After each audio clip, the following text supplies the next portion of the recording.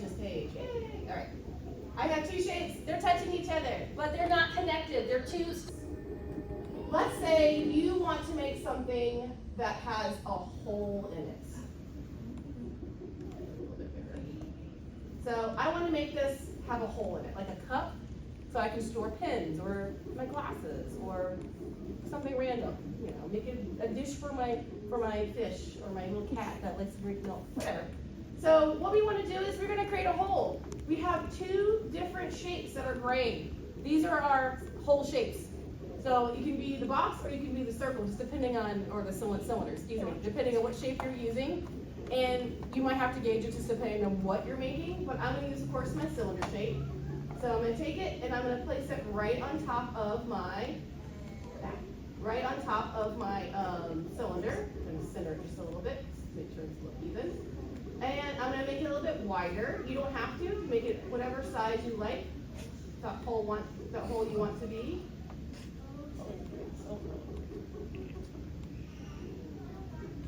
I'd say also, it's a constant balance of moving the work plane around and trying to figure out how everything is shaped.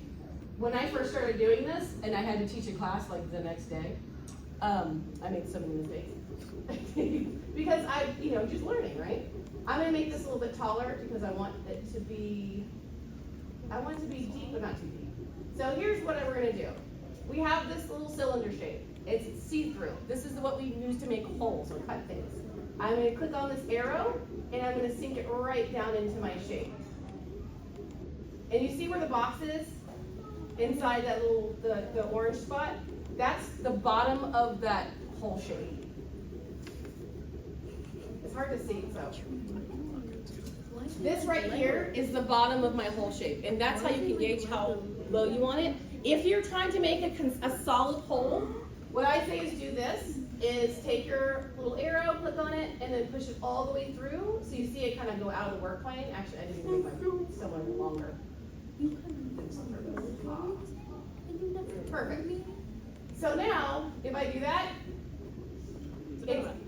it's going to be all the way through. All the way through. You know that hole is all the way through. I've made a little hole. And the way you have to make it a circle is the grouping. Stay there and not move as you adjust your shape, another shape on it. The magnet. You would use the magnet. Like if you're putting eyes on a head and you want to make the head bigger, but you didn't want to make the eyes too small or too big, the magnet would stick to the head and it would make it bigger or smaller with the shape.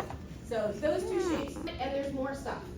So you can add creatures, wheels, structures, hardware, fun. You can even type stuff into the library if it doesn't show up to see if we have an image there on tinkercad. You can add it to your thing.